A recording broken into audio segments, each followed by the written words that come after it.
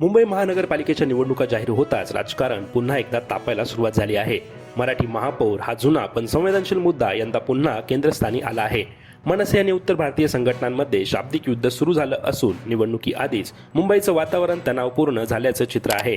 मुंबईतील शिवसेना भवनासमोर उत्तर भारतीय सेनेकडून पुन्हा एकदा वादग्रस्त बॅनरबाजी करण्यात आली आहे। या बॅनरवर उत्तर भारतीय सटोगे तो बचोगे, वरना बाटोगे तो पिटोगे, #BMC असा आक्रमक मजकूर छापण्यात आला आहे।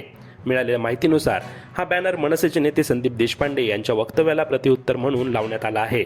मराठीचा अपमान कराल तर नाही बटोगे तो भी पिटोगे असं मनसे नेते संदीप देशपांडे यांनी याआधी म्हटलं होतं। या विधानानंतर उत्तर भारतीय संघटनांमध्ये संतापाची लाट उसळली आणि त्यातूनच शिवसेना भवनासमोरची ही बॅनरबाजी समोर आली आहे। महापालिका निवडणुकीच्या काळामध्ये अशा बॅनर्समुळे भाषिक वाद चिघळण्याची शक्यता वर्तवली जात आहे। या संपूर्ण प्रकरणावर उत्तर भारतीय विकास सेनेचे अध्यक्ष सुनील शुक्ला यांनी आक्रमक भूमिका घेतली आहे।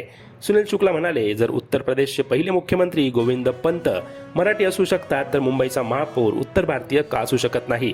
इतकंच नाही तर त्यांनी गंभीर आरोप करत म्हटलं की देवेंद्र फडणवीस यांच्या सरकारमध्ये उत्तर भारतीयांना मारहाण होत आहे। सध्या मनसेची उत्तर भारतीयांविरुद्ध नेट प्रॅक्टिस सुरू आहे।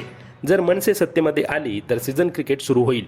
सुनील शुक्ला यांनी मनसेला थेट आव्हान देत म्हटलं की मनसे नेते म्हणतात, नाही बटोगे तो भी पिटोगे, पण आम्हाला भीती नाही।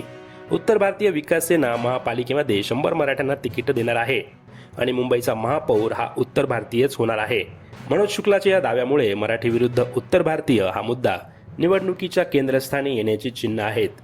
मुंबईच्या महापालिकेसाठी 15 जानेवारी रोजी मतदान होणार असून 16 जानेवारीला मतमोजणी होणार आहे। यंदाची पालिका निवडणूक ठाकरे बंधूंसाठी अस्तित्वाची लढाई मानली जात आहे। मराठी मतांची फाटाफूट टाळण्यासाठी मनसे आणि उद्धव ठाकरे यांची शिवसेना एकत्र येऊन निवडणूक लढणार आहेत, तर दुसरीकडे भाजप आणि शिवसेना शिंदे गट युतीतून निवडणुकीच्या रिंगणामध्ये उतरणार आहेत। मराठी महापौरचा मुद्दा, भाषिक अस्मिता, आक्रमक वक्तव्य आणि बॅनरबाजी, मुंबई महापालिका निवडणूक यंदा केवळ स्थानिक स्वराज्याची नाही तर राजकीय अस्तित्व आणि अस्मितेची लढाई ठरणार आहे।